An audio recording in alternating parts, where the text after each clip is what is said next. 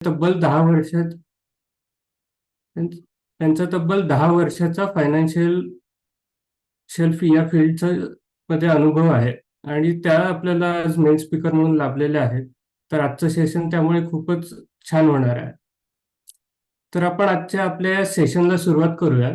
तर सेशनला सुरुवात करण्यापूर्वी मला तुम्हाला इन्शुरन्स या गोष्टीबद्दल काय वाटतं हे चॅटमध्ये तुम्ही टाईप केलं तर बरं होईल. म्हणजे तुम्हाला काय वाटतं की हे प्रोटेक्शनसाठी आहे आपल्या, का हे इन्व्हेस्टमेंटचं टूल आहे, का हे दोन्हीचं मिळून कॉम्बिनेशन आहे, म्हणजे प्रोटेक्शन पण आहे प्लस इन्व्हेस्टमेंट पण आहे. तर तुम्हाला चॅटमध्ये काय वाटतं हे जरा मला टाईप करून कळवा बरं.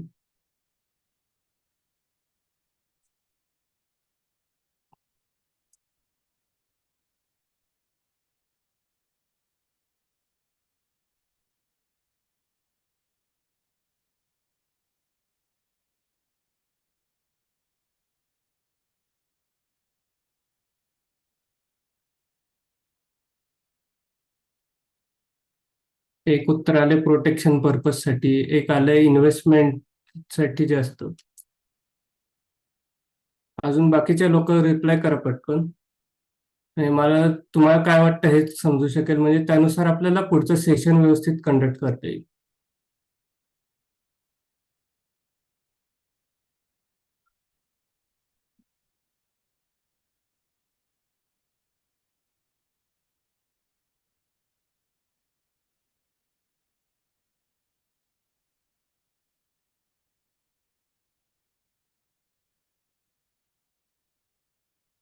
तर मेनली प्रोटेक्शनसाठी हे इन्शुरन्स हे आपण साधन वापरत असतो. हा प्रोटेक्शन म्हणजे आपल्या आता कुठल्याही प्रकारचं अनपेक्षित घटनेमुळे आर्थिक नुकसान आपल्या आयुष्यात काही होऊ शकतं. तर त्याच्या अगेन्स्ट प्रोटेक्शनसाठी म्हणून इन्शुरन्स हे मेनली हे प्रोडक्ट हे डेव्हलप करण्यात आलेलं आहे. इन्शुरन्सचा उगम हा त्याच दृष्टीने झाला आहे. तर इन्शुरन्स हे कुठलंही आर्थिक नुकसान आपल्याला होऊ नये किंवा अनपेक्षित घटनांमुळे आर्थिक नुकसान होऊ नये यासाठी म्हणून इन्शुरन्स हा आपण घेत असतो. आणि ही इन्शुरन्सची सुविधा देणारी जी कंपनी असते तिला आपण इन्शुरन्स कंपनी म्हणतो. म्हणजे आता आपल्या परिचयातील प्रसिद्ध कंपन्या आहेत. एसबीआय लाईफ इन्शुरन्स आहे, आयसीआयसीआय प्रुडेन्शियल आहे, आयसीआयसीआय लोंबार्ड आहे, त्यानंतर एचडीएफसी लाईफ आहे, मॅक्स लाईफ इन्शुरन्स आहे. अशा बऱ्याचशा इन्शुरन्स कंपन्या आहेत ज्या या इन्शुरन्सच्या सुविधा आपल्याला देत असतात. सो या या ज्या सुविधा त्या देतात तर या चॅरिटी पर्पजसाठी तर नाही देत, म्हणजे ते फुकट तर काही या सुविधा देणार नाही. तर त्या सुविधा देण्यासाठी ते आपल्याकडून एक प्रीमियम चार्ज करतात. ही प्रीमियम म्हणजे एक प्रकारची एक किंमत असते की हा जो इन्शुरन्स जो आपल्याला जी इन्शुरन्सची सुविधा घेणार आहोत, तर ही इन्शुरन्सची सुविधा घेण्यासाठी म्हणून इन्शुरन्स कंपनीला दिलेला हा एक प्रकारचा मोबदला असतो. तो त्याला आपण प्रीमियम असं म्हणतो. आणि हा जो प्रीमियम जो असतो याच्या बदल्यात इन्शुरन्स कंपनी आपल्याला एक सिक्युरिटी देते. तर हा जो एक प्रीमियम असतो हा मेनली आपला खर्च असतो. आणि हा खर्च म्हणूनच त्याला ट्रीट केलं पाहिजे. आणि त्याला आपण म्हणजे तो खर्चच आहे. म्हणजे समजा आपलं नुकसान झालं नाही तर ते इन्शुरन्सचा प्रीमियम हा जातो आपला. तर ही ऍक्च्युअली चांगलीच गोष्ट आहे. आपल्याला खूपदा असं वाटतं की अरे मला इन्शुरन्सचा प्रीमियम तर मी भरलाय पण मला काहीच झालं नाही, माझे पैसे वाया गेले. अहो, पैसे वाया नाही गेले, तुम्हाला काही नुकसान नाही झालं, ही तर फायद्याची गोष्ट आहे ना तुमच्या. हा चांगला फायदा झाला तुम्हाला.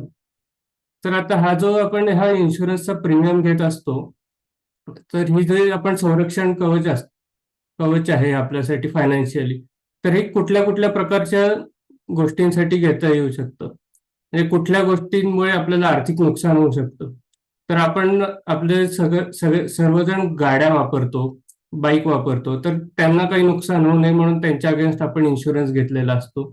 या व्यतिरिक्त नॅचरल कॅलॅमिटीजमुळे घरासाठी काही झालं, घराचं डॅमेज झालं तर घराचं पण इन्शुरन्स मिळतो.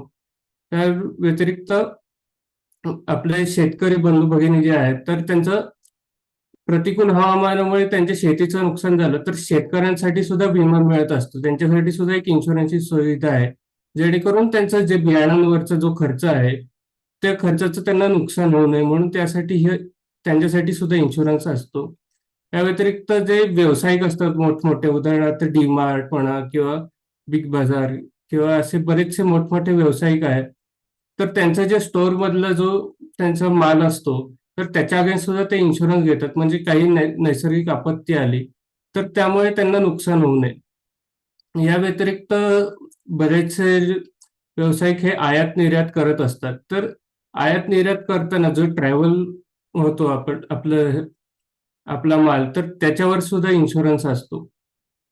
आपलं लगेज जे असतं, जे विमानातून आपण ट्रॅव्हल करतो, तर त्या लगेजसाठी सुद्धा इन्शुरन्स असतो. तर अशा प्रकारे आपलं कुठल्याही प्रकारचं जे आर्थिक नुकसान होऊ शकतं कुठल्याही अनपेक्षित गोष्टींमुळे, तर त्यांच्यापासून बचाव करण्यासाठी म्हणून इन्शुरन्स ही सुविधा असते.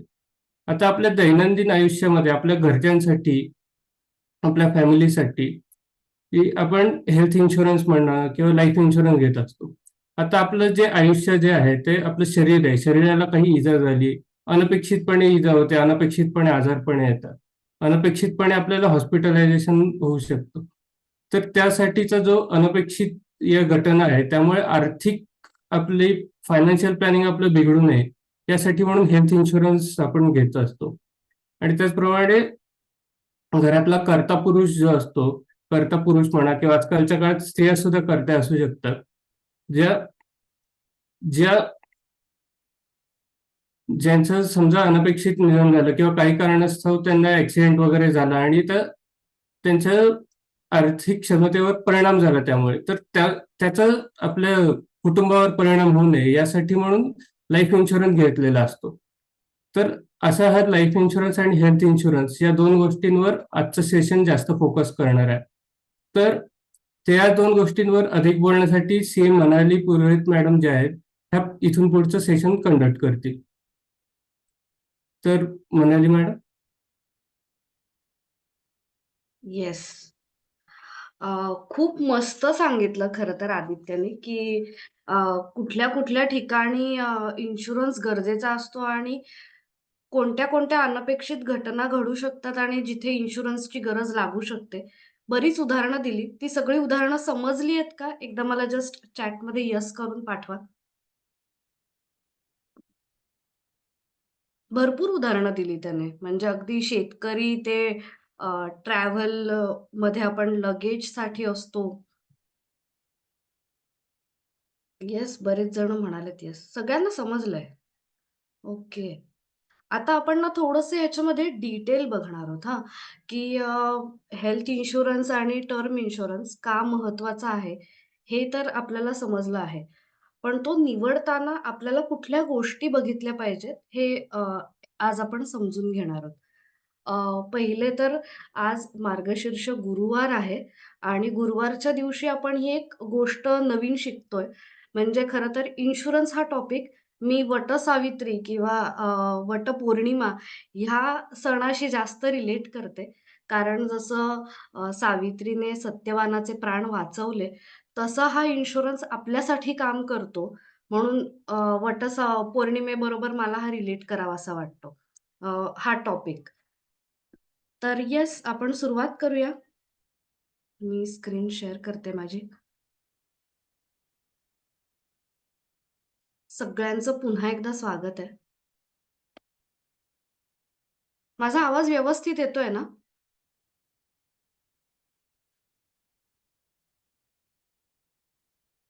हो मॅडम, व्यवस्थित. Okay, okay.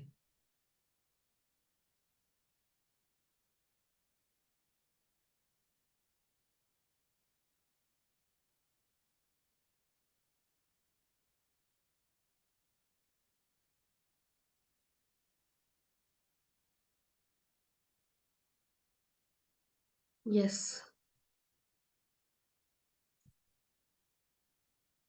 आज आपण मुख्यतः समजून घेणार आहोत मेडिकल आणि टर्म इन्शुरन्स बद्दलचे समज आणि गैरसमज. हां, ही एक इमेज मी तुम्हाला दाखवतेय. म्हणजे ही एकतर खूप तुम्ही लक्षपूर्वक एक 2 सेकंद बघा आणि यातले पॉइंट्स काय आहेत ते लक्षपूर्वक बघून ठेवा किंवा याचा स्क्रीनशॉट सुद्धा काढून ठेवला तरी चालेल. आणि ह्याच्याबद्दल आपण सेशनच्या शेवटी बोलणार आहोत. ही किती महत्वाची इमेज आहे हे तुम्ही मला सांगणार आहात. ओके. तर मी ही सुरुवातीलाच का ठेवली? जर आपण त्याच्याबद्दल शेवटीच बोलणार असू तर, ते तुम्हाला शेवटलाच कळेल. हं. आता इन्शुरन्स बद्दलचे गैरसमज कुठले आहेत?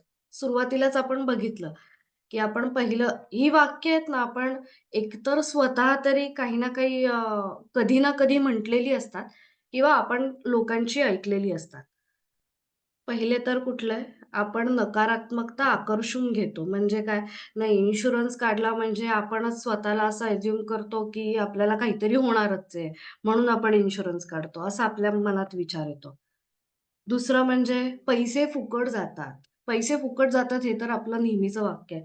म्हणजे बरेच जणं समजा ताप आला असेल आणि मेडिकल टेस्ट जरी केल्या काही, डेंग्यू असेल, मलेरिया असेल आणि त्याच्यात काहीच आलं नाही, तरी लोकांना दुःख होतं, काही आलं नाही कारण पैसे फुकट गेले म्हणून. हाच एक त्यातला भाग.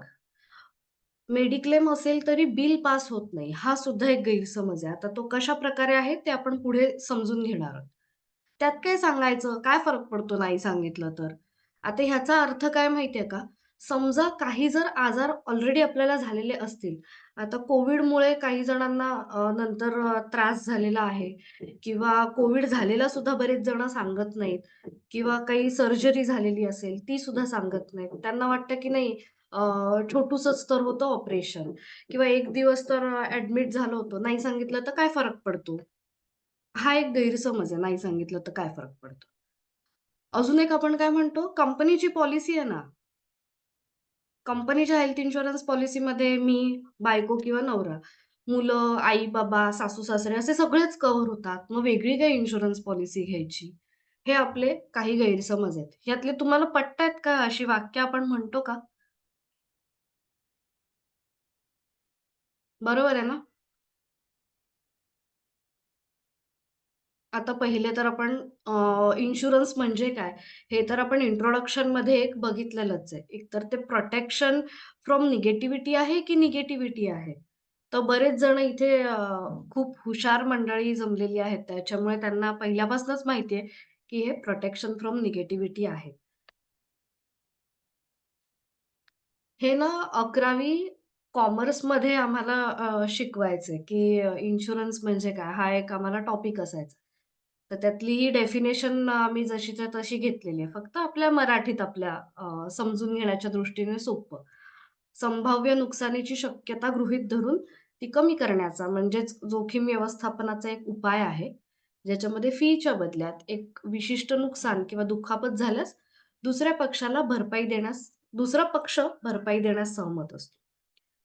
जीवनात पुढे काय होणार माहीत नसतं. कारण म्हणतानाही असं म्हणतात, "मला उद्याचं काय आहे ते माहिती नाही."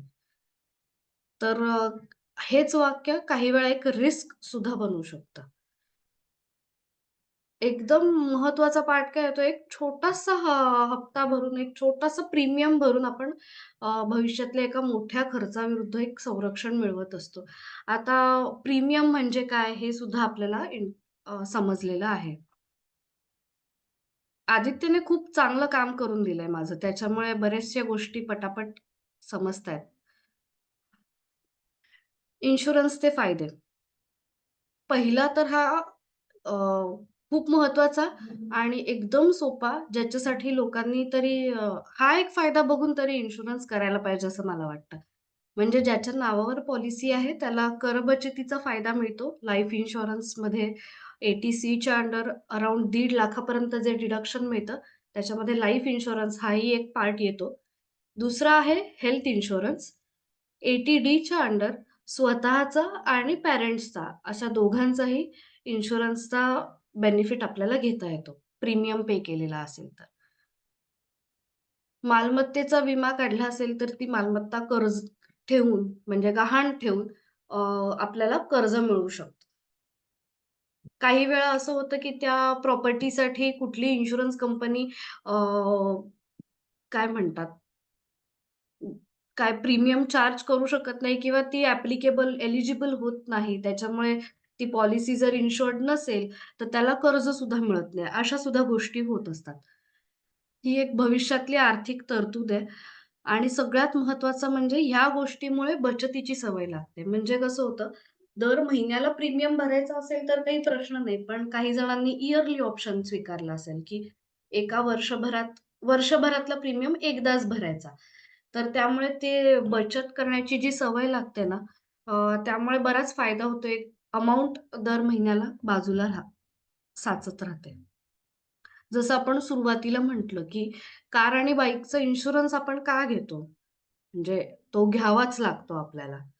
बरोबर. ह्याच्यावरती पण एक वेगळं आपलं सेशन होऊ शकतं हां, तो कशाप्रकारे घ्यायला पाहिजे. पण आजचा आपला फोकस कार इन्शुरन्स नाहीये, तर हेल्थ आणि टर्म इन्शुरन्स आहे. पण हा आपण का घेतो ते आपण एकदा बघूया. मुख्य कारणं काय आहेत त्याची? एक तर तो आपल्याला घ्यावा लागतो. आपण घेत नाही, आपल्याला घ्यावा लागतो. कारण नियम आहे. नाहीतर पावती फाडावी लागते आपल्याला. हं. आपल्या गाडीचं किंवा आपलं काही नुकसान झालं तर ते भरून निघावं, म्हणून आपण इन्शुरन्स घेतो. किंवा आपल्यामुळे जर दुसऱ्याच्या गाडीचं नुकसान झालं, तर नुकसान भरपाई देण्यासाठी. हे तिसऱ्या गोष्टीच्या भीतीमुळे लोकं जास्त घेत असतील, म्हणजे जास्त विचार करून घेत असतील गाडीचा इन्शुरन्स. ही तिन्ही बरोबर आहेत. काही ॲड करायचं असेल तर तुम्ही मला चॅट बॉक्समध्ये सांगू शकता. आपण काय-काय म्हणतो अजून महत्त्वाची वाक्य आहे ते मी आता सांगते हां. आयुष्य खूप अनमोल आहे. आयुष्य कोणासाठीही थांबत नाही. आयुष्य खूप कमी आहे, ते आनंदाने जगा. आयुष्य हे चुलीवरल्या कढईतले कांदे पोहे हे आपलं गाणं पण आहे. आयुष्यावर बोलू काही, हे पण एक गाणं आहे. आयुष्य खूप सुंदर आहे. फक्त त्याच्यापुढे आपण काय म्हणतो, आपल्या आवडतीची एखादी गोष्ट. आता समजा मी म्हणते, की फक्त चांगला चहा मिळाला पाहिजे. आम्ही एक महत्त्वाची अ, ओळ ॲड केली आहे. आयुष्य खूप सिक्युअर्ड वाटेल, फक्त ॲडव्हायझर चांगला मिळाला पाहिजे. असं आम्ही का म्हणतोय? कारण ते तुम्हाला पुढे लक्षात येईलच. आता आज आपण हेल्थ आणि टर्म याबद्दल समजून घेणार आहोत. तर आधी या दोघातला फरक आपण थोडासा समजून घेऊया. हेल्थ इन्शुरन्स कशासाठी असतो आणि टर्म इन्शुरन्स कशासाठी असतो? टर्म इन्शुरन्समध्ये जर काही अकाली निधन झालं, तर त्या बाबतीत जी काही आपण सम इन्शुअर्ड ठरवलेली असते, ती आपल्या नॉमिनीला म्हणजे जी व्यक्ती नॉमिनी म्हणून दिलेली असते, त्या व्यक्तींना ती सम इन्शुअर्ड मिळून जाते. दुसरा हेल्थ इन्शुरन्स म्हणजे जर काही वैद्यकीय खर्च लागला, तर त्याच्यासाठी जे काही फायनान्शियल कव्हर असतं, हॉस्पिटलचे काही एक्सपेन्सेस असतात. अजून काही एक्सपेन्स आपण केलेले असतील, ओ-पी-डी असेल, तर हे त्या पॉलिसीमध्ये कव्हर केलेले असतात आणि त्याची पण सम इन्शुर्ड आपण ठरवलेली असते. दोन्हीमध्ये एक गोष्ट कॉमन आहे, की प्रीमियम कशा बेसिसवरती ठरवला जातो, तर ज्याला इन्शुरन्स काढायचा आहे त्याच्या वयावरती आणि त्याच्या आरोग्यावरती. हे हेल्थ इन्शुरन्समध्ये जास्त होतं आरोग्यावरती. कारण त्याच्यामध्ये काही वेळा लोडिंग लागलं जातं.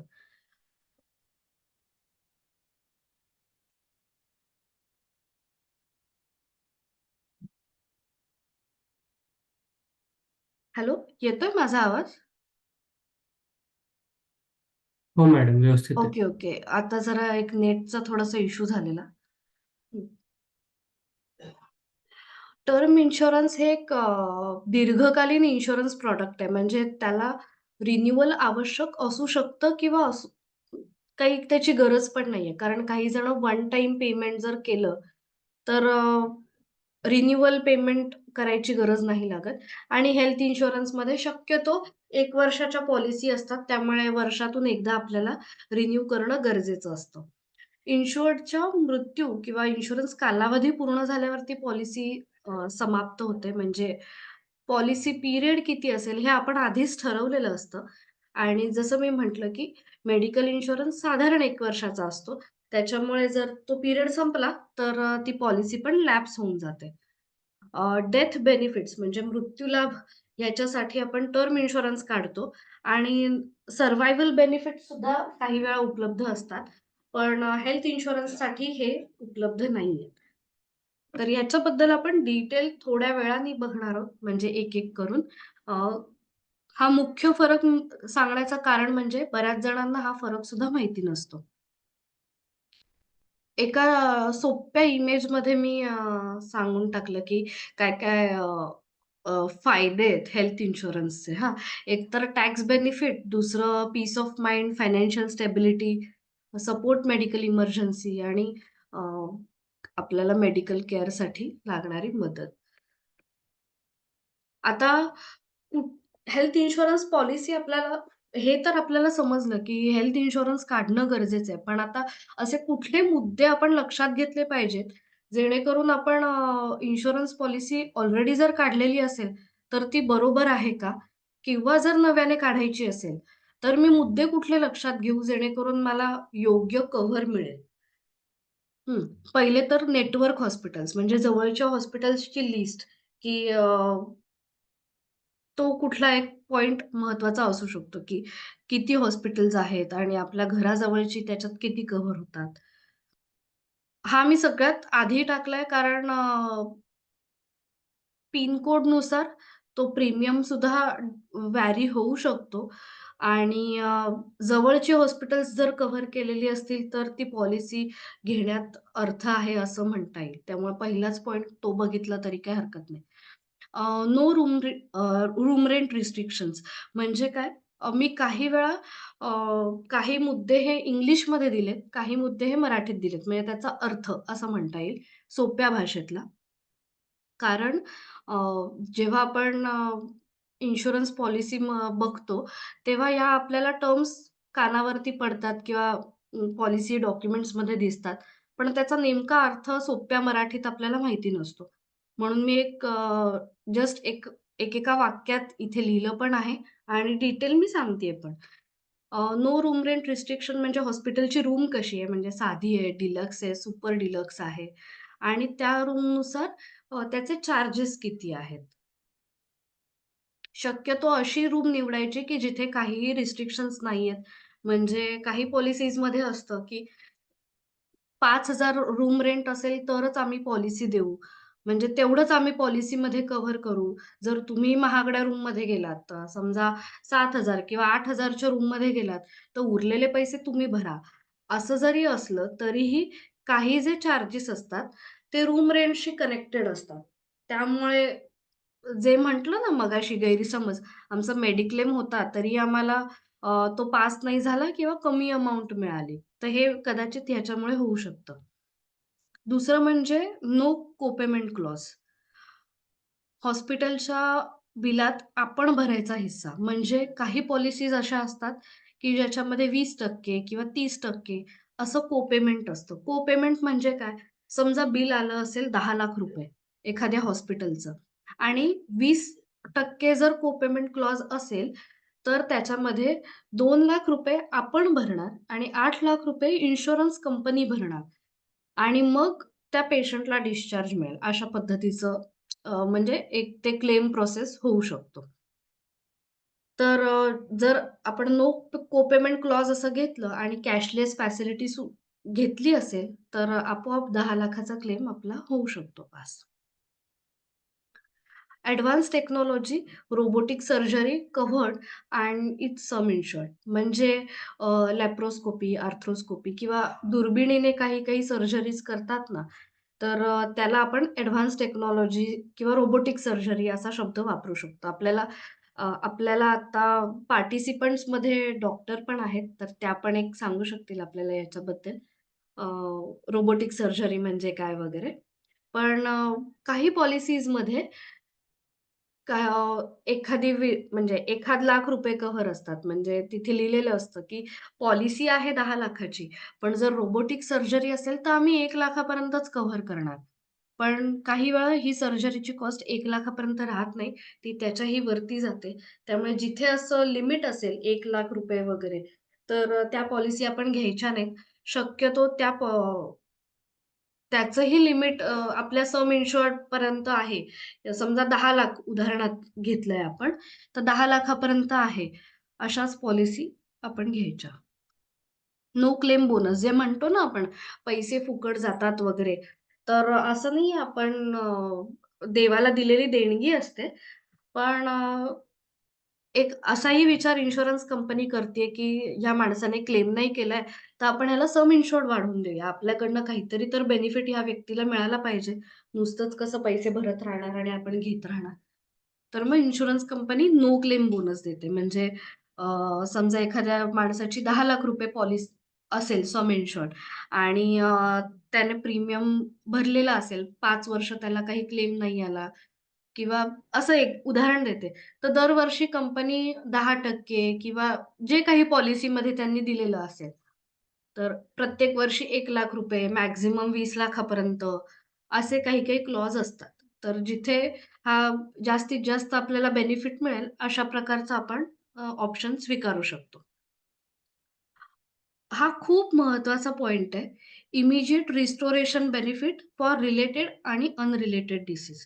म्हणजे काय तर समजा थोडी रक्कम क्लेम केली असेल, तर ती रक्कम पुन्हा रिस्टोर होते. म्हणजे एखाद्या वर्षी ₹10,00,000 ची आपली सम इन्शुअर्ड आहे आणि ₹5,00,000 आपण ऑलरेडी क्लेम केलेले आहेत आणि समजा काही महिन्यानंतर 3-4 महिन्यानंतर परत एक क्लेम आला म्हणजे परत हॉस्पिटलायझेशन झालं व्यक्तीचं आणि परत ₹6,00,000 खर्च झाले. तर आपल्याला असं वाटतं, की अरे आधी तर ₹5,00,000 भरलेले आहेत इन्शुरन्स कंपनीने आणि आता ₹6,00,000 आहेत. म्हणजे वरचे ₹1,00,000 आपल्याला भरायचेत का? तर असं नाही होत. रिस्टोरेशन त्याच्यामध्ये इमिडिएट होतं. त्यामुळे तोही क्लेम मिळू शकतो. फक्त ज्या हिडन टर्म्स एंड कंडिशन्स आहेत त्या आपण बघितल्यात की नाही ते एक महत्वाचं. हा एक महत्त्वाचा पॉइंट आहे. नो किंवा minimum waiting period for pre existing conditions. आता प्री एक्झिस्टिंग कंडिशन्स म्हणजे काय? तर आधी जर कुठले आजार असतील आणि त्याच्यामुळे जर हॉस्पिटलायझेशन झालं, तर त्याच्यासाठी काही वेटिंग पिरियड असतं. म्हणजे समजा शुगर किंवा बीपी हे आपण समजू शकतो, की ह्याच्यामुळे जर काही हॉस्पिटलायझेशन झालं, तर पहिल्या काही पॉलिसीजमध्ये 2 वर्ष, काही पॉलिसीजमध्ये 3 वर्ष किंवा काही पॉलिसीजमध्ये 4 वर्ष असा वेटिंग पिरियड असतो. वेटिंग पिरियड म्हणजे काय? ह्या आजारांसाठी जर तुमचं हॉस्पिटलायझेशन झालं, तर इन्शुरन्स कंपनी क्लेम देऊ शकत नाही. म्हणजे बी हाय किंवा लो झालं म्हणून तुम्ही ॲडमिट झालात, तर इन्शुरन्स कंपनी त्याच्यासाठी नाही देऊ शकत. कारण तुम्ही त्या वेटिंग पिरियडमध्ये आहात म्हणून. जर तुमची 2 किंवा 3 वर्ष जी काही पॉलिसीमध्ये लिहिलेली असतील, ती जर उलटून गेलेली असेल आणि जर तुमचं ह्या कारणामुळे हॉस्पिटलायझेशन झालं, तर मात्र तुम्हाला क्लेम मिळू शकतो.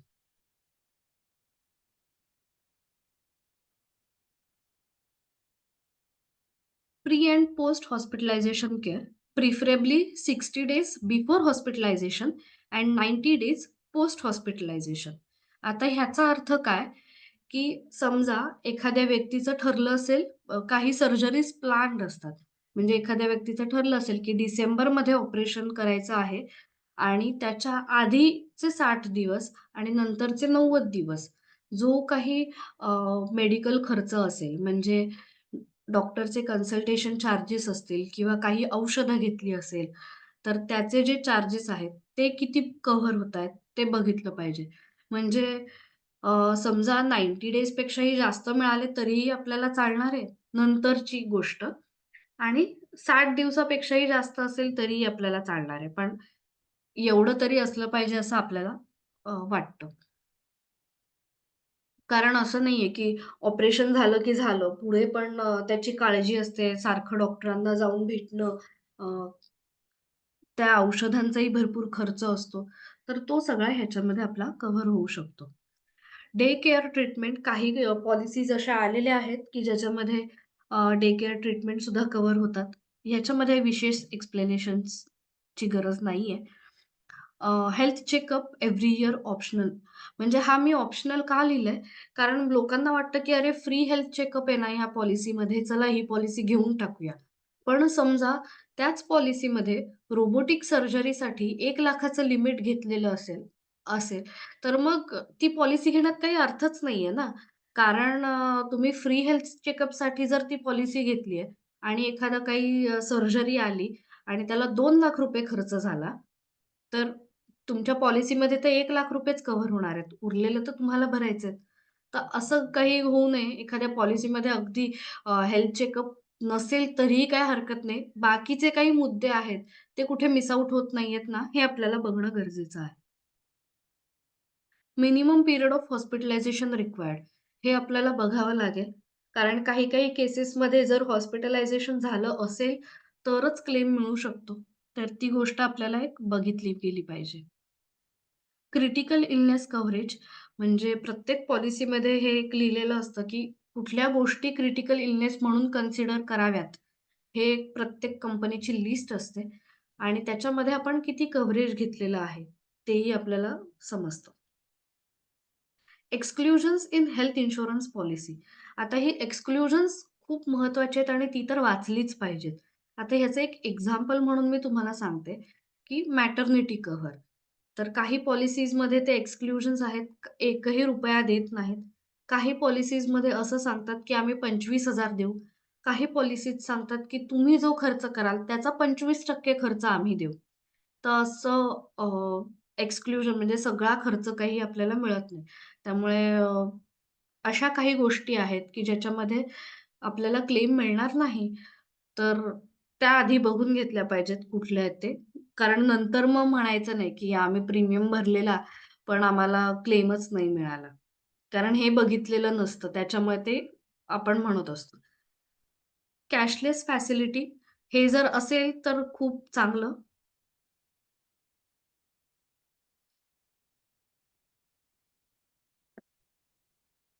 कॅशलेस फॅसिलिटीबद्दल एक जस्ट थोडक्यात सांगते. अ, म्हणजे एखादी व्यक्ती ॲडमिट आहे आणि त्यांचा हेल्थ इन्शुरन्स आहे आणि ती हेल्थ इन्शुरन्स पॉलिसी त्यांच्या हॉस्पिटल म्हणजे ती नेटवर्क हॉस्पिटल. आता नेटवर्क हॉस्पिटलची एक लिस्ट असते जसं मी म्हटलं. टाय अप केलेली हॉस्पिटल म्हणजे आता एक्झाम्पल द्यायचं झालं तर मी ठाण्यामध्ये राहते. ठाण्यामधलं एक ज्युपिटर हे मोठं हॉस्पिटल आहे. तर तिकडे सगळ्या इन्शुरन्स कंपनीचा टाय अप आहे.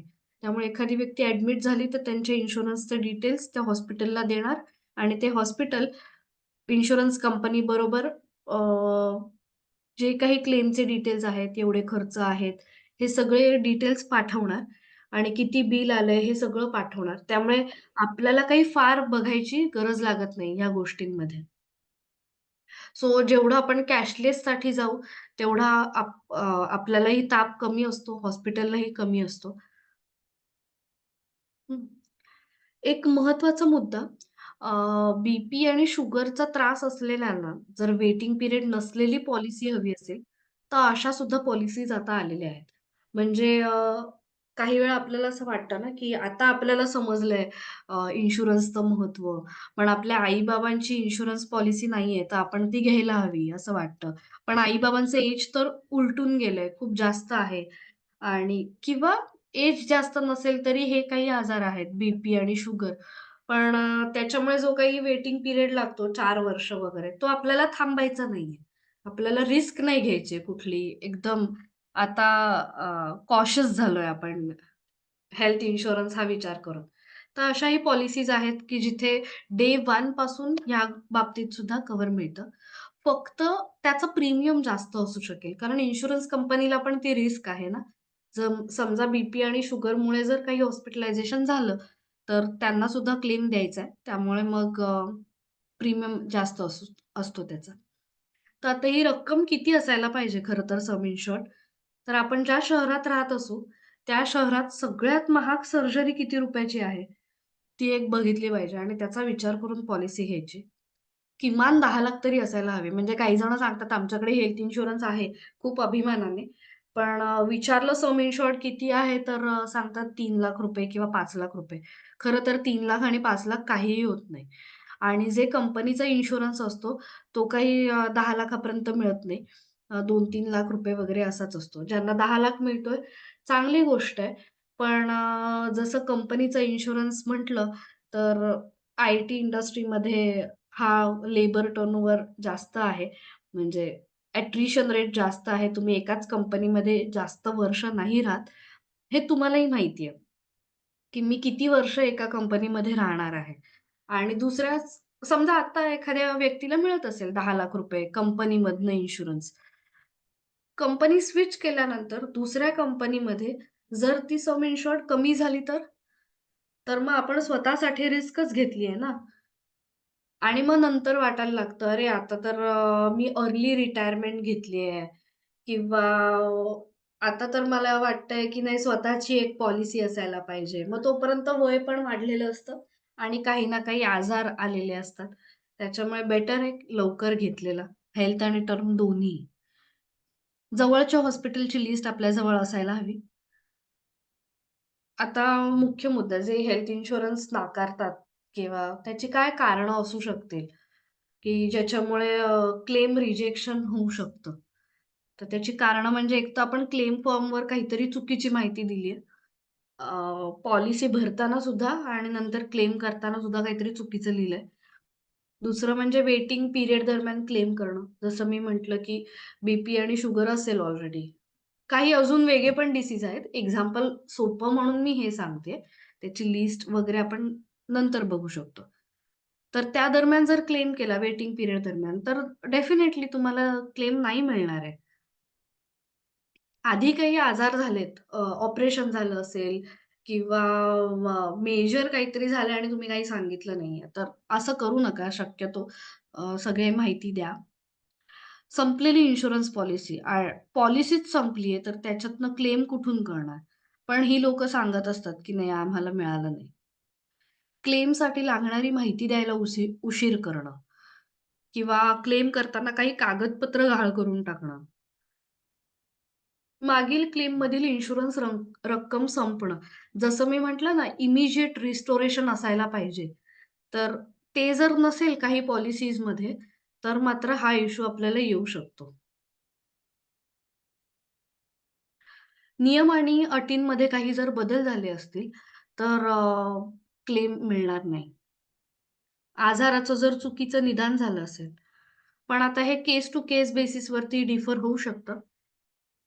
कंपनी किंवा थर्ड पार्टीचं जर कामकाज पूर्ण झालेलं नाहीये, काही असेसमेंट करायचे असतात, व्हॅल्युएशन्स असतात किंवा हे जर काही झालेलं नसेल, तर होऊ शकतं म्हणजे. टर्म इन्शुरन्सबद्दल कोणाला हेल्थ इन्शुरन्सबद्दल काही डाउट्स आहेत का कोणाला? काही अजून असं विचारायचं राहिलंय? अपंग हां, एक पॉइंट सांगते. अपंग व्यक्तीसुद्धा असतील, तर त्यांच्यासाठी सुद्धा हेल्थ इन्शुरन्स मिळू शकतो. फक्त कसं आहे, त्यांचं जे पर्सेंटेज आहे अपंगत्वाचं, त्याचं गव्हर्नमेंट ऑफ इंडियाकडनं एक प्रमाणपत्र येतं. तर त्या प्रमाणपत्रानुसार इन्शुरन्स कंपनी ठरवते, की किती आपण त्यांना सम इन्शुर्ड देऊ शकतो. त्यामुळे एखाद्या व्यक्तीची मेजर सर्जरी झाली आहे. आता माझ्या ओळखीत पण आहेत. अ, जे त्यांना काय मेंदूचं एक ऑपरेशन झालं होतं आणि स्पाईनचं ऑपरेशन झालं होतं. त्यांना इन्शुरन्स मिळणं खूप कठीण गेलं. पण प्रीमियम जास्त येतो या केसेसमध्ये. पण केस टू केस बेसिसवरती हे डिफर होऊ शकतं. काही कोणाला अडचण health इन्शुरन्समध्ये?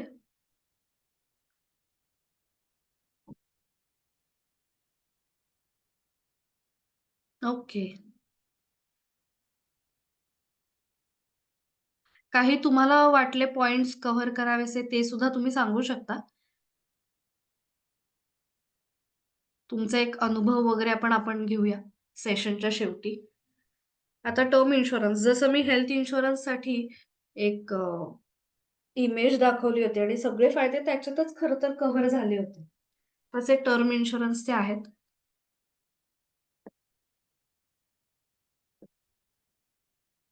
Pure protection plan, tax deduction under section 80C, affordable premium, financial security to family.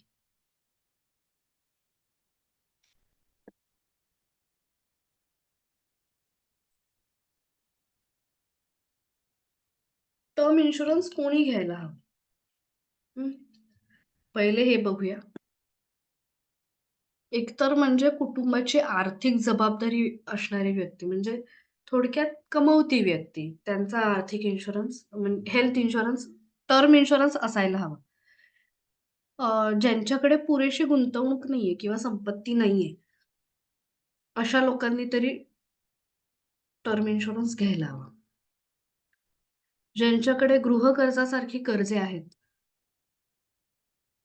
आणि मुख्य जबाबदाऱ्या म्हणजे मुलांचं शिक्षण, मुलांचं लग्न हे सगळं बाकी आहेत, जबाबदाऱ्या पार पडणं. त्यांनी टर्म इन्शुरन्स घ्यायला हवा. तर ह्याची मी ना 2 उदाहरणं देते. पहिलं उदाहरण मी स्वतः बँकमध्ये ऑडिट करत असताना बघितलेलं आहे.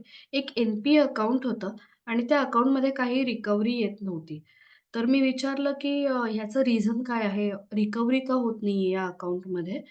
तर त्यांनी आम्हाला सांगितलं बँक ऑफिशियल्सनी, की हा बॉरोवर एक्सपायर झाला. त्याची बायको आणि 2 मुलं होती. आम्हाला नाईलाजाने बँकेची प्रोसिजर फॉलो करून त्या मुलांना आणि बायकोला बाहेर काढावं लागलं आणि ती बाई कमवत नाहीये. आम्हालाही वाईट वाटतंय, पण पर्याय नाहीये असं काही करण्यावाचून. पण त्या बाईसमोर सुद्धा आता एकतर लोन फेडायचंय, दुसरं म्हणजे मुलांचं शिक्षण करायचंय. अशा दोन्ही जबाबदाऱ्या अचानक येऊन पडल्यात. आणि ती कमवत असती थोडंफार तर गोष्ट वेगळी, पण ती कमवत सुद्धा नाहीये. त्यामुळे आता ती काय थोडेफार कमवायला लागेल, पण प्रेफरन्स किंवा प्रायोरिटी कशाला द्यायची, हा एक तिच्यापुढे प्रश्न पडेल. कारण ते घर विकलं सुद्धा जात नाहीये. जर ते घर विकलं गेलं, तर बँक त्यांचे लोनचे पैसे स्वतः घेईल, उरलेले पैसे त्या बाईला देऊन टाकतील. पण तिचा प्रॉब्लेम पण असा होतोय, की ते घरही विकलं जात नाही. तर त्याच्यामुळे थर्ड पॉइंट जो आहे फर्स्ट आणि थर्ड हा इंटरलिंक्ड आहे. म्हणजे आर्थिक जबाबदारी पण आहे, एवढं मोठं कर्ज पण आहे आणि चौथा पण, की मुलांचं शिक्षण, मुलांचं लग्न हे सगळंच बाकी आहे. सेकंड पॉइंटबद्दल थोडंसं सांगते, की समजा टर्म इन्शुरन्सची रक्कम आपल्याला माहिती आहे 2,00,00,000 येईल. समजा एक्झाम्पल म्हणून आपण घेऊया. 2,00,00,000 येत असेल, तर जर तुमच्याकडे तेवढी संपत्ती आहे, म्हणजे म्युच्युअल फंड्स असतील 2,00,00,000 चे किंवा एफ-डीज असतील, जे काही तुमचे प्रॉडक्ट्स इन्व्हेस्टमेंटचे असतील, तर तेवढे असले तरी काही फरक नाही पडत. मग तुम्ही टर्म इन्शुरन्स नाही घेतला तरी काही हरकत नाही. पण जर नसतील तेवढे इन्व्हेस्टमेंट तर मग मात्र घ्यायला पाहिजे. अजून एक उदाहरण याच्यामध्ये देईन मी, की एक 25-26 वर्षाची मुलगी होती, जी फॉरेनला एज्युकेशनसाठी गेलेली आहे. मेडिकलमधलं एज्युकेशन होतं. तिच्या आई-वडिलांनी जवळ-जवळ 70 ते 80 लाख रुपये अ, एज्युकेशन लोन घेतलं होतं आणि त्यानंतर तिला शिक्षणाला पाठवलं होतं. तिला इंडियामध्ये येऊन पुन्हा काहीतरी स्वतःचं सुरू करायचं होतं. म्हणून ती एका मोठ्या हॉस्पिटलमध्ये जॉब करत होती सो दॅट तिला काही अनुभव मिळेल आणि ती स्वतःचं सुरू करू शकेल. पण त्या दरम्यान तिला एक छोटासा आजार झाला आणि त्यात ती गेली. तर तिच्या आई-वडिलांसमोर एक असा प्रश्न आला, की एकतर ते एज्युकेशन लोन फेडायचं, की जे काही त्यांनी रिटायरमेंटची रक्कम होती ती त्याच्यामध्ये घालायची. एक तर घर विकावं लागणार होतं, कारण घर गहाण ठेवून त्यांनी एज्युकेशन लोन घेतलं होतं. त्यामुळे घर गहाण ठेवणं किंवा रिटायरमेंटचा कॉर्पस वापरणं, तर अशा दोन्हीच्या बाबतीत अ, जर ती मुलगी इथे इंडियामध्ये आल्यानंतर अ, कमवायला लागल्यानंतर लगेच टर्म इन्शुरन्स घेतला असता, तर मग आई-बाबांवर तिच्याही वेळ आली नसती. सो अशी काही उदाहरणं आपण आजूबाजूलाही बघतो. पण तेवढा एक सिरियसली विचार करायला हवा. आता ही रक्कम किती असायला हवी? अ, कुटुंबाची जीवनशैली टिकवून ठेवली पाहिजे. म्हणजे काय? तर आत्ता जसे आपण खर्च करतोय, तसे खर्च एखादी व्यक्ती कुटुंबात नसेल, तर व्यवस्थित होतील ना? म्हणजे किराणा माल आणणं किंवा नेहमी लागतात घरात त्या गोष्टी घेऊ शकणं. ह्या तरी जी लाईफस्टाईल आपण आता ठेवलेली आहे, ती तरी कंटिन्यू राहील अशा पद्धतीने एक रक्कम काढू शकतो आपण. महागाईवर मात केली पाहिजे कारण महागाईचा राक्षस इतका वाढत चाललाय. त्यामुळे आपण पूर्वी ऐकायचो, की आम्ही हे 8 आण्याला घ्यायचो, आता त्याची काय किंमत आहे वगैरे. तर त्या गोष्टीमुळे किमती काहीच्या काही वाढतायत. तिसरं म्हणजे किमान चालू असलेल्या कर्जांच्या किंवा इतर देणी कुठली जर तुमची असतील, तेवढी तरी असली पाहिजेत. आता क्रेडिट कार्ड, इतर देणी म्हणजे काय? For example credit card. हल्ली प्रत्येकाकडे म्हणजे काही जण तर असे 4-5 क्रेडिट कार्ड घेतात. प्रत्येकाचं लिमिट असं 4-5 लाख रुपये असतं. त्यामुळे जर सगळ्याचीच उधारी ठेवली, तर ती 20-25 लाख रुपये सुद्धा होते. त्यामुळे जरी कुठलं असं कर्ज घेतलेलं नसेल सेपरेटली, तरी क्रेडिट कार्ड हे एक प्रकारचं कर्जच आहे. त्यामुळे तेवढं तरी तुमचं असायला पाहिजे. टर्म इन्शुरन्स कधी घ्यावा? जेवढा लवकर घेऊ तेवढं चांगलं. खरं तर जॉब लागल्यावर म्हणजे लगेचच घ्यायला हवा. कारण एकतर सोपं आहे, प्रीमियम कमी लागतो. जसं वय वाढतं तसं आजार होण्याची शक्यता वाढते म्हणजे बीपी किंवा शुगर. प्रीमियम कशावर अवलंबून आहे?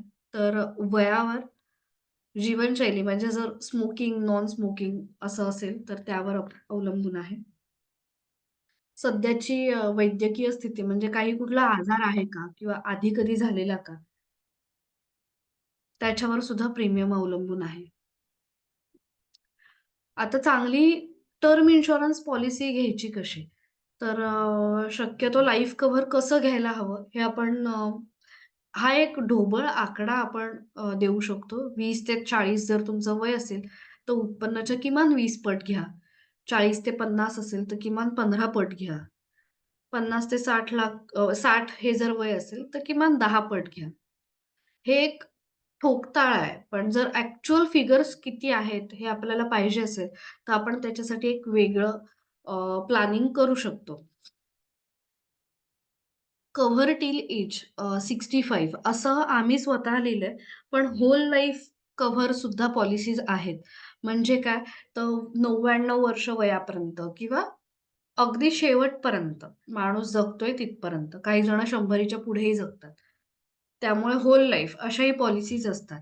पण त्याचा काय ड्रॉबॅक आहे किंवा काय आहे ते जरा पुढे बघूया आपण 1-2 मिनिटात. आम्ही का म्हणतो हे 65? कारण 65 पर्यंत आपले जे काही महत्त्वाचे गोल्स असतात ते अचीव्ह झालेले असतात. मुलं त्यांच्या त्यांच्या शिक्षणाला किंवा त्यांची लग्न झालेली असतात. जबाबदाऱ्या आपल्या पार पडलेल्या असतात आणि आपली सगळी कर्ज पण झालेली असतात. म्हणजे 60 पर्यंत किंवा 58 पर्यंत आपली सगळी कर्जसुद्धा संपलेली असतात. त्यामुळे अगदीच बिझनेसमन असेल कोणी, तर 70 वगैरे घेतलं तरी काही हरकत नाही. पण 65 ते 70 हे इनफ आहे म्हणजे कव्हर. क्लेम सेटलमेंट रेशो जास्त असलेला चांगला. म्हणजे काय एखाद्या कंपनीकडे 100 क्लेम आले असतील आणि त्या कंपनीने 99 क्लेम जर पास केले, त्या व्यक्तींना पैसे दिले, क्लेम सेटल केला, तर 99% हा त्यांचा रेशो होतो. जेवढा जास्त तेवढा चांगला. त्याचाच एक दुसरा छोटा भाऊ म्हणजे अमाउंट सेटलमेंट रेशो. आता ह्याची माहिती आपल्याला सहजासहजी मिळेल असं नाही. मगाचच्या उदाहरणामध्ये जर रिजेक्ट केलेला क्लेम सगळ्यात जास्त अमाउंटचा असेल, तर म्हणजे आता एकच क्लेम रिजेक्ट केला, पण त्याची अमाउंटच 100 करोड होती, तर चालणार नाही. तो रेशो खूपच कमी येईल. अमाउंट सेटलमेंट रेशो हा खूप कमी आहे. त्यामुळे सहजासहजी माहिती मिळत नाही. मिळाली तर चांगली आहे. आता हे प्रीमियमचं पेमेंट करायचं कसं? काय-काय ऑप्शन्स आपल्याकडे अवेलेबल आहेत. एकतर सिंगल पेमेंट म्हणजे सगळा प्रीमियम एकदाच भरणं. लिमिटेड म्हणजे आता उदाहरण मी इथे देते, की एखादी व्यक्ती 30 वर्षाची आहे आणि त्यांनी जसं मी म्हटलं, की 65 पर्यंत आपण कव्हर घेऊया. म्हणजे किती वर्ष झाली? 35 वर्ष झाली. तर सिंगल पेमेंटमध्ये ती व्यक्ती 30व्या वर्षीच सगळा इन्शुरन्स प्रीमियम भरून टाकणार. म्हणजे पुढचे 35 वर्ष काहीच भरायला नको. हं, हा एक ऑप्शन असतो. पण शक्यतो हा ऑप्शन नाही घ्यायचा, असं मी सजेस्ट करेन. दुसरं म्हणजे लिमिटेड पिरियड. म्हणजे पॉलिसी टर्मपेक्षा कमी पिरियडमध्ये प्रीमियम भरणे. म्हणजे आपली पॉलिसी टर्म किती झाली? अ, वयवर्ष 30 ते वयवर्ष 65 ही आपली झाली पॉलिसी टर्म आणि प्रीमियम पेइंग टर्म अशी एक टर्म असते. म्हणजे काय आपण प्रीमियम कसा भरतोय? लिमिटेड म्हणजे पॉलिसी टर्मपेक्षा कमी. आपली पॉलिसी टर्म आहे 35 वर्ष आणि आपण समजा ठरवलं, की पुढच्या 10 वर्षात मला सगळा प्रीमियम भरून टाकायचा आहे. म्हणजे 40शी पर्यंत माझे सगळे प्रीमियम भरून होतील. पुढचे प्रीमियम भरायची काही म्हणजे पुढचे वर्ष मी मेंटली फ्री असेन, की बाबा माझ्याकडे टर्म इन्शुरन्स व्यवस्थित आहे. मला कुठलंही प्रीमियम नाही भरायचं आहे. तर असं करू शकतो लिमिटेड पे. रेग्युलर म्हणजे संपूर्ण पॉलिसी टर्मपर्यंत प्रीमियम भरणे. ह्याच्यात अ, आपण ओव्हरऑल रक्कम भरतो ती थोडी जास्त असते. पण शक्यतो हा पर्याय निवडावा असं मी सजेस्ट करेन. रायडर्स कुठले असले पाहिजेत. आता आणि ते किती महत्त्वाचे आहेत रायडर्स घेणं, तेही महत्त्वाचं. म्हणजे हे आता बोलण्यात तुम्हाला कळेलच. क्रिटिकल इलनेस प्रत्येक इन्शुरन्स कंपनी एक लिस्ट देते, की त्यांच्याकडे कुठले-कुठले क्रिटिकल इलनेस कव्हर होतील. एक दुसरी गोष्ट असते टर्मिनल इलनेस. टर्मिनल इलनेस म्हणजे काय, की त्याच्यासाठी काही कंपनीजमध्ये वेगळा प्रीमियम भरायला नाही लागत. ओरिजिनल प्रीमियममध्येच ते कव्हर असतं. टर्मिनल इलनेस म्हणजे एखाद्या व्यक्तीला डॉक्टरनी सांगितलंय, की पुढचे 6 महिनेच तुम्ही जगू शकता. त्याचं 2 एम-डी डॉक्टर्सकडनं सर्टिफिकेट असतं, की ही व्यक्ती पुढचे 6 महिनेच जगू शकेल. त्याच्यानंतर नाही. पण आणि त्या केसमध्ये क्रिटिकल टर्मिनल इलनेसचं कव्हर मिळू शकतं. पर्मनंट ऑर पार्शियल डिसॅबिलिटीज म्हणजे एखादी व्यक्ती गेली नाहीये, पण अशी गोष्ट झाली आहे किंवा असा मोठा ॲक्सिडेंट झालाय, की ती व्यक्ती जॉबला नाही जाऊ शकत किंवा अ, म्हणजे हाताचं काही दुखणं आलंय किंवा पायाचं काही दुखणं आलंय. त्याच्यामुळे जॉब करणं शक्य नाहीये. त्यामुळे इन्कम सोर्सच बंद झालाय.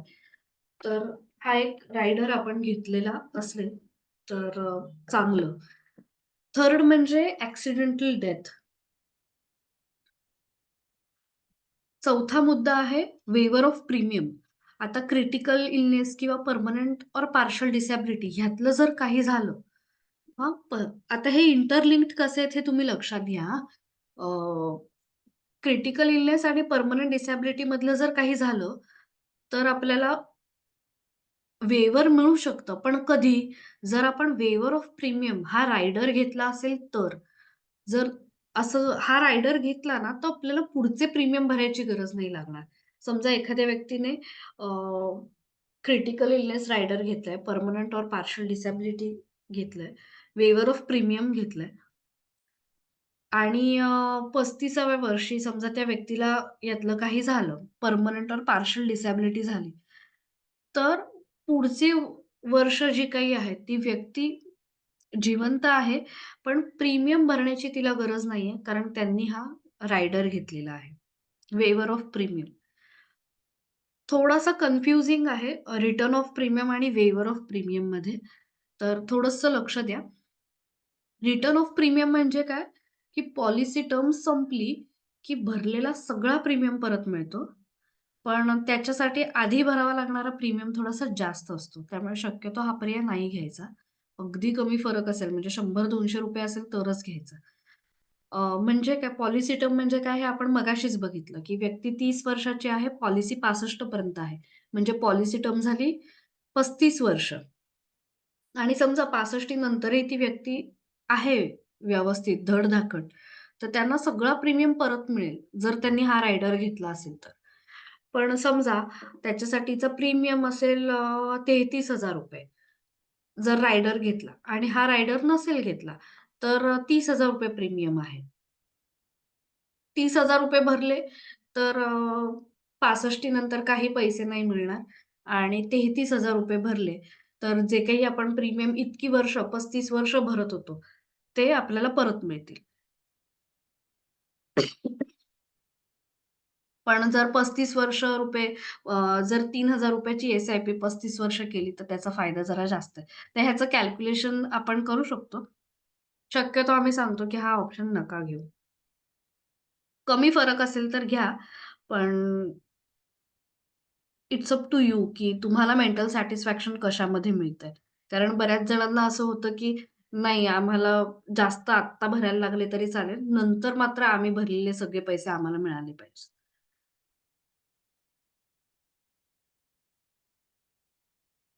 काही जणांना ह्या इन्शुरन्स पॉलिसीज मिळत नाहीत. तर काय करायचं? इथपर्यंत समजलंय सगळं रायडर्सपर्यंत आणि हा खूप महत्त्वाचा मुद्दा आहे. It should be over and above basic sum insured. Basic आपला टर्म प्लॅन 1,00,00,000 चा असेल, तर हे रायडर्स त्याच्यापेक्षा जास्त असले पाहिजेत. म्हणजे टोटल पॉलिसीची व्हॅल्यू वाढली पाहिजे. क्रिटिकल इलनेसचं वेगळं कव्हर 20,00,000चं एक्झाम्पलमध्ये सांगते. Accidental death 50,00,000 waiver of premium जे काही आहे. सो हे त्याच्यापेक्षा जास्त असले पाहिजेत. हा एक महत्त्वाचा मुद्दा. इथपर्यंत काही डाउट आहे का कोणाला?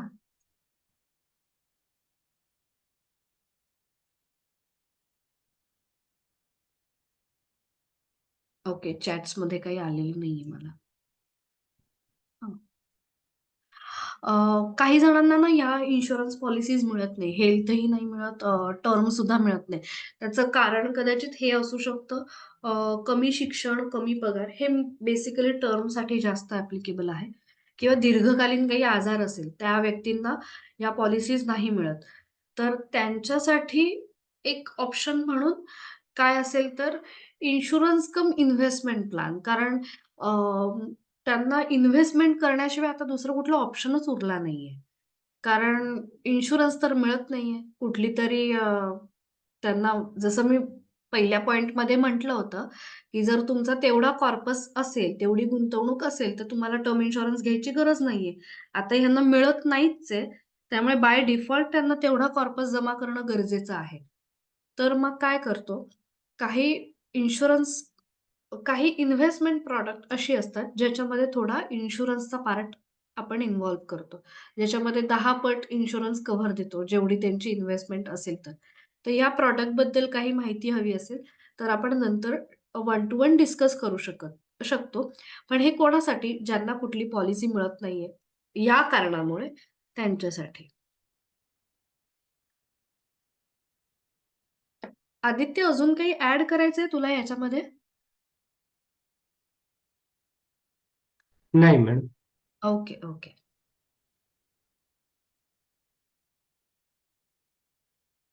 आता ह्या आपल्या सर्व्हिसेस आहेत. एक जस्ट याचा तुम्ही स्क्रीनशॉट सुद्धा काढून घेऊ शकता किंवा आम्ही पाठवूच तुम्हाला. स्टॉक मार्केट रिलेटेड ट्रेनिंग्ज आपल्याकडे लाईव्ह आणि एल-एम-एस वर्कशॉप सुद्धा आहेत. डीमॅट आणि ट्रेडिंग अकाउंट आपण ओपन करू शकतो. फायनान्शियल प्लॅनिंग एक आपण रिपोर्ट बनवतो, ते सुद्धा आपल्याकडे होतं. इन्शुरन्स, लाईफ आणि हेल्थ आम्ही इथे प्रायमरी फोकस केलाय, कारण तो जास्त महत्त्वाचा आहे. माणसाचं आयुष्य आणि आरोग्य सध्या तरी आम्ही फोकस केलेला आहे. कार इन्शुरन्स पण आपल्याकडे अवेलेबल आहे किंवा ग्रुप पॉलिसीज पण आपल्याकडे अवेलेबल आहेत. म्युच्युअल फंड्स, एस-आय-पी किंवा लंप बद्दल आपण खूप चांगलं डिटेल मार्गदर्शन करतो. अनलिस्टेड इक्विटीज आपल्याकडे आहेत. एआय बेस्ड रिसर्च सुद्धा आहे. सो मी मनाली पुरोहित आणि संकेत शिंगोटे आम्ही बिझनेस पार्टनर आहोत आणि आदित्य आमचा बिझनेस असोसिएट आहे. सो आमच्याकडनंही अजून वेळोवेळी तुम्हाला याबद्दल डिटेल माहिती मिळेलच. एक तुमच्यासाठी गिफ्ट ठेवलंय हां मी. तुम्ही हे सेशन अटेंड केलं ना, तर आता क्रिसमस येतंय. त्यामुळे गिफ्ट तर मिळायला पाहिजे तुम्हाला. सो तुम्हाला आम्ही काय देतोय बघा. सांता क्लॉजनी सांगितलंय, "I am giving you a gift of financial planning report since you have attended this session." तर पूर्णपणे म्हणजे या फायनान्शियल प्लॅनिंग रिपोर्टची कॉस्ट जवळ-जवळ ₹5,000 ते ₹8,000 आहे. जवळ जवळ-जवळ 9 ते 10 पेजेसचा हा रिपोर्ट येतो. स्पेसिफिकली तुमच्यासाठी बनवलेला असतो.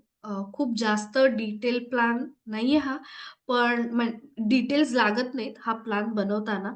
त्यामुळे अ, जे काही छोटे-मोठे डिटेल्स लागणार आहेत ते आम्ही तुमच्याकडनं घेऊ आणि तुम्हाला हा प्लॅन पूर्णपणे एक्सप्लेन करू. म्हणजे जे काही आत्ता 10 जण आहेत, आम्ही 2 जण सोडले, तर उरलेल्या 8 जणांना आम्ही पूर्णपणे अ, माझा अर्धा 1 तास अपॉइंटमेंटसाठी असेल. सो आमच्याकडनं हे गिफ्ट आहे, हे बघा इथे.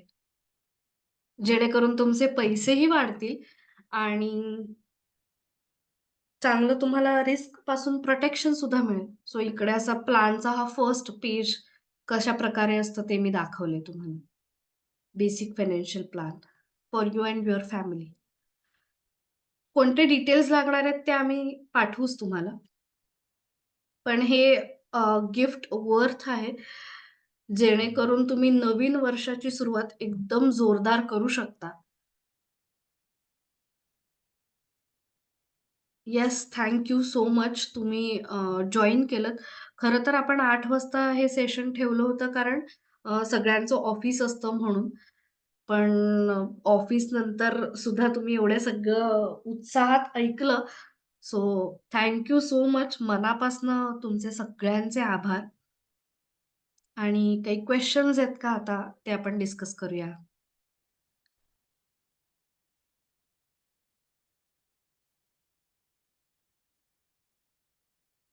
अरे, हॅपी क्रिसमस. ओके. सेशन छान झाले डिटेलिंग आणि clarity. Very nice information. Thank you so much. बरं तुम्ही एक गोष्ट विसरलात, तुमच्या लक्षात आलं का? गुड नाईट म्हणू नका हो. थांबा 1 मिनिटं. आपण एक काहीतरी डिस्कस करणार होतो. आठवलं का? आठवलं?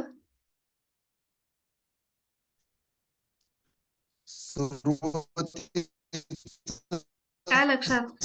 स्क्रीनशॉट काढ. सुरुवातीला सांगितलं होतं तो पॅरामाइड येस, पिरॅमिड्स. येस. एकदम परफेक्ट. एकदम परफेक्ट. काही विचार केलाय त्याच्याबद्दल?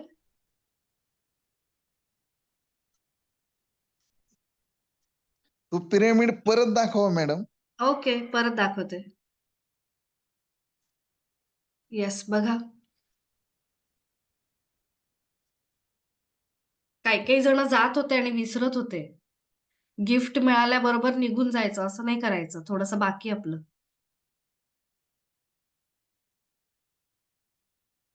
अनम्यूट होऊन पण बोलू शकता.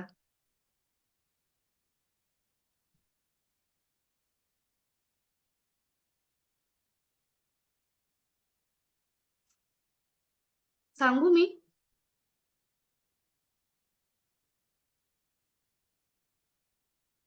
ओके. मी सांगते आता. ह्याला म्हणतात पिरॅमिड बरोबर आणि ग्रोथ पिरॅमिड आहे आणि हे आपल्या फॅमिलीचं एक पिरॅमिड आहे. आता इजिप्तचं पिरॅमिड तर माहिती आहे आपल्याला, की हे जगातलं एक आश्चर्य आहे. हं. आणि आपण ट्रेकिंग करतो ना, प्रत्येक जणां कधी ना कधी ट्रेकिंग केलेलं असेल किंवा डोंगरावरती चढलेले असतील. सो कसं होतं इथपासून आपण वरती चढत जाताना आपल्याला काही ना काही अडचणी येतात. म्हणजे आपल्याकडचं पाणी संपतं, आपण कधीतरी पडतो, आपल्या बरोबरचे पुढे निघून जातात किंवा आपण कोणासाठी तरी थांबलेलो असतो. ह्या सगळ्या अडचणी हवामान बिघडतं मध्येच, तरी पण आपण ह्या सगळ्या अडचणी पार करत इथपर्यंत शिखरापर्यंत पोहोचतो, बरोबर? आणि एक कसं म्हटलं जातं, माणूस यशाच्या शिखरावर पोहोचला. त्यामुळे आपल्याला या शिखरावर पोहोचायचंय. पण त्याच्यासाठी काय पक्का पाहिजे, तर पाया पक्का पाहिजे. आपल्याला शाळेमध्ये सुद्धा सांगितलं जातं, की पहिली 10 वर्षामध्ये तुमचा पाया एकदम पक्का होईल आणि त्याच्यानंतर तुम्ही तुमचं आयुष्य एकदम चांगला पाया असेल तर व्यवस्थित करू शकाल. तुमच्यावर चांगले संस्कार होतील, पाया भक्कम असेल तर, असं आपलं म्हटलं जातं. सो आपल्या पिरॅमिडमध्ये पाया कुठला आहे? तर हा सेफ्टी आणि सिक्युरिटीचा. तर आपण पहिल्यांदा एकदम मजबूत झालेलो आहोत, की हेल्थ इन्शुरन्स आणि टर्म इन्शुरन्स आपण घेतलेला आहे, असं मी अझ्युम करते हां. आता सगळेजण घेणार आहेत. त्याच्याबद्दलची डिटेल माहिती मी तुम्हाला देईनच. आदित्यसुद्धा आहे तुम्हाला गाईड करायला. आम्ही सगळेजण आहोत. संकेत सर पण आता जॉइन झालेले आहेत मीटिंगमध्ये. तर आम्ही तिघंही आहोत तुम्हाला हेल्प करायला, की चांगली पॉलिसी कुठली आहे. आपल्याला पॉइंट्स तर कळलेत आता, पण ते एक्झिक्यूट कसे करायचे ह्याच्यासाठी हेल्प सुद्धा आम्ही करणार आहोत. असं नाहीये, की हे चांगले पॉइंट्स आहेत, हे घ्या आणि आता जा तुम्ही. असं अजिबात करणार नाही आहोत. तसं करायचं असतं तर एवढं एक्सप्लेन पण केलं नसतं. ठीक आहे. तर हे एक्झिक्यूट कसे करायचे ते सुद्धा आपण सांगणार आहोत. आता ह्याच्या पुढे पण कसं जायचं हेही सांगणार आहोत. म्हणजे एक-एक स्टेप करत आपल्याला पुढे जायचंय. तर लिक्विडिटी म्हणजे काय? जरी आपल्याकडे हेल्थ इन्शुरन्स आहे, टर्म इन्शुरन्स आहे, तरी आपल्याकडे काही पैसे असे इमर्जन्सी फंड म्हणून ठेवले पाहिजेत. तर ह्याचं महत्त्व लोकांना कोव्हिड पिरियडमध्ये जास्त समजलं. कारण काही जणांना सॅलरी उशिरा आली, काही जणांना कमी सॅलरी आली, काही जणांचे जॉब गेले त्याच्यामुळे त्यांना पेमेंटच काही मिळालेलं नव्हतं. त्यामुळे घराचा खर्च कसा करायचा हा प्रश्न होता. तर जर तुमच्याकडे किमान 5 ते 6 महिन्याचे म्हणजे 5 ते 6 महिने जेवढे खर्च होतील, ती अमाउंट जर सेपरेट ठेवलेली असेल, तर तुम्हाला काही मेंटल स्ट्रेस राहत नाही. बरोबर? कारण आपली जी काही चिड होते घरामध्ये आपल्या जवळच्या व्यक्तींवर, ती बऱ्याचदा ना तुम्ही थोडासा विचार केलात ना, तर आर्थिक बाबतीमुळे होऊ शकते, की पैसे पुरत नाहीयेत, पैसे खर्चच होतायत. ह्या कारणावरनं होऊ शकते, बरोबर? तर हे आपण थोडंसं टाळूया. 5 ते 6 महिन्याचे खर्च आपण सेपरेटली ठेवूयात. आता सेपरेटली ठेवायचे म्हणजे लोकं कशामध्ये ठेवतात माहिती आहे? अशा बँक अकाउंटमध्ये ठेवतात, की ज्याचं नेट बँकिंग चालत नाहीये, डेबिट कार्ड चालत नाहीये. म्हणजे घेतलेलंच नाहीये फॅसिलिटी. ज्याचं काय म्हणतात मोबाईल बँकिंग नाहीये, अशामध्ये ते ठेवून देतात. चेकबुक नाहीये, तर ते इमर्जन्सी फंड नाही होऊ शकत. हे लक्षात घेऊन ठेवा. कारण जेव्हा गरज लागणार आहे, तुम्ही काहीच पैसे नाही काढू शकत त्याच्यातनं. तुम्हाला बँकेत जाऊनच पैसे काढायला लागणार आहेत. त्यामुळे ते जरी तुम्ही वर्षभराचे पैसे तिकडे ठेवलेत, तरी काही त्याचा उपयोग नाहीये इमर्जन्सीच्या वेळी. म्हणजे आपण म्हणतो ना, की "बूंद से गई वो हौद से नहीं आती." तर त्यातला एक प्रकार आहे. म्हणजे गरजेच्याच वेळी उपयोगी नाही पडले तर काय उपयोग? तर लिक्विडिटी सुद्धा आपण कुठल्या फंडमध्ये ठेवायचं. म्युच्युअल फंड्समध्ये सुद्धा आपण हे पैसे ठेवू शकतो. कसे? तर ते आपण फायनान्शियल प्लॅनिंगच्या 1 टू 1 अपॉइंटमेंटमध्ये डिस्कस करू शकतो. नंतर आहे ग्रोथ. तर ग्रोथमध्ये कुठली-कुठली गोल्स आहेत आपली? तर चाइल्ड एज्युकेशन, चाइल्ड मॅरेज आणि रिटायरमेंट ही आपली गोल्स आहेत. ह्याच्या व्यतिरिक्त काही जण जर बिझनेस करत असतील, तर त्यांचा बिझनेस वाढवण्याच्या दृष्टीने काय प्लॅन करू शकतात? तर ते सुद्धा आपण त्याच्यात घेऊ शकतो आणि त्या दृष्टीने सुद्धा आपण प्लॅन करू शकतो. आणि हे सगळं होऊन जर काही पैसे उरले, तर ती आपली झाली संपत्ती. हं. मग त्या संपत्तीचं तुम्ही काहीही करा. त्या गोव्यामध्ये जाऊन तो जुगार खेळा किंवा त्या ड्रीम 11मध्ये टीम किंवा रमी खेळा, काहीही खेळा. आणि त्यातले ते पैसे गेले, तरी ते वाईट नाही वाटतं का मग? कारण मुख्य कशासाठी आपण पैसे जमवतोय, ती उद्दिष्ट आपली पूर्ण झाली आहेत. त्यामुळे जी वेल्थ आहे, त्याचं आपण काही केलं तरी वाईट किंवा आनंद वाटला नाही पाहिजे. ओके. पण आपल्याला पोहोचायचं तर आहे इथपर्यंत. हं. ह्याच्याबद्दल आता हे सगळे आपल्याला फिगर्स काय-काय आहेत? तर कारण कसं असतं, फर्स्ट इनिंग क्रिकेटची आणि सेकंड इनिंग क्रिकेटची ह्याच्यामध्ये कुठली इनिंग आवडते तुम्हाला? ते मला सांगा बरं? एक सोपा प्रश्न विचारला मी क्रिकेट संबंधी.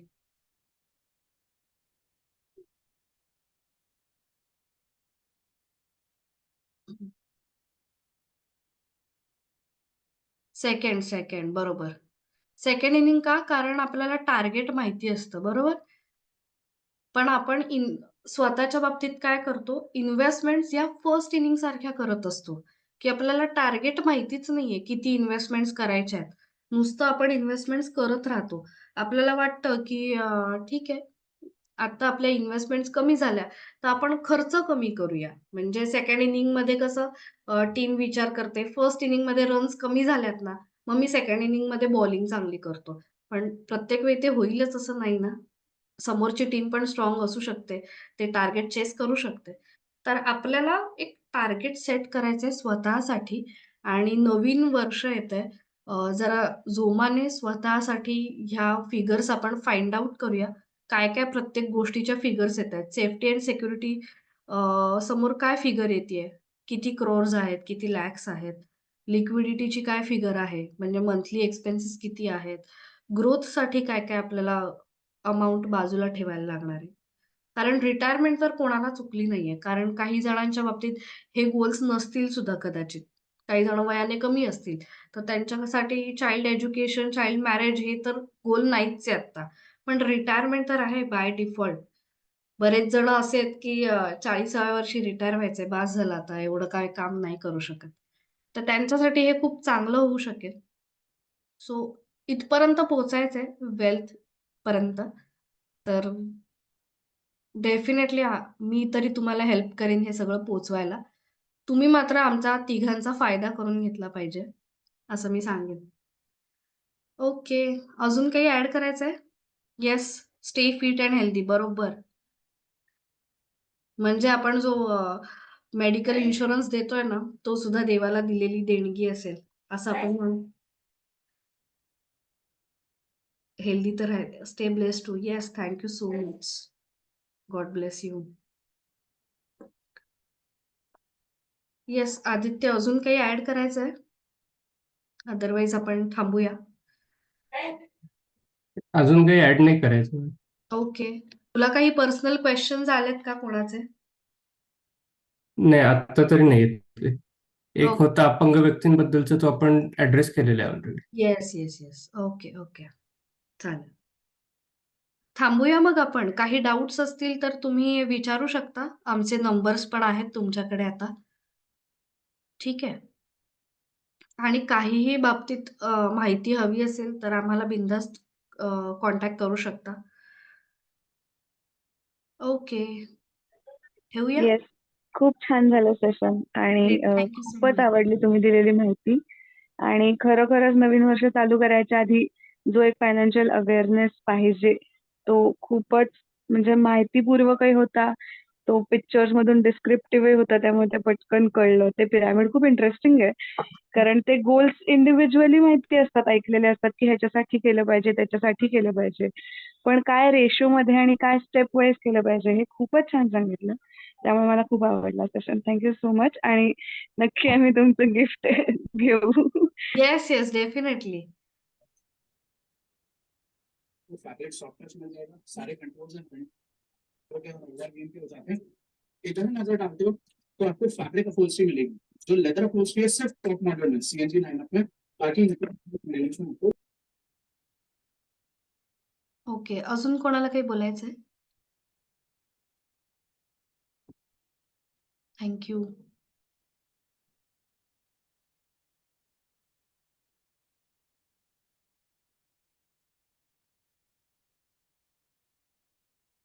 येस, थांबूया मग आपण?